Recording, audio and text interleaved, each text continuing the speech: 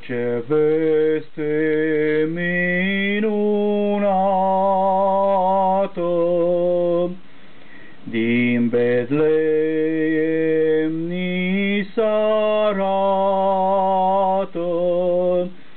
că a născut prunc din Duhul Sfânt, Fecioara curată, că a născut prunc din Duhul Sfânt, Fecioara curată,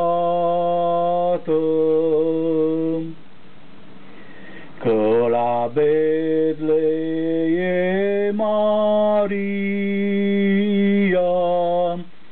săvârșind călătoria,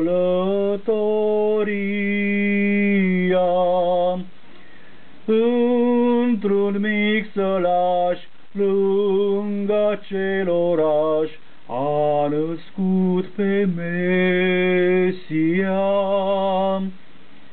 Într-un mic sălaș lângă aceloraș a născut pe Mesia. Pe Fiul ce n-al său nume Tatăl l-a trimis în lume, să se nască și să crească, să ne mântuiască,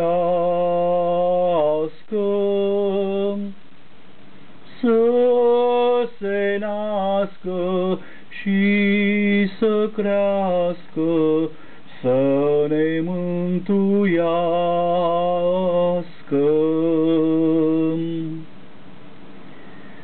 Doresc pe această cale să urez tuturor membrilor Forumului Apii Ardeal multă sănătate, fericire, împlinirea tuturor dorințelor lor și familiilor lor, să aibă parte numai de bucurii, belșug în casă, familii de albine sănătoase și pentru anul care vine să aibă butoaiele pline cu miere și să lase la ușă toate necazurile și deznădejdiile.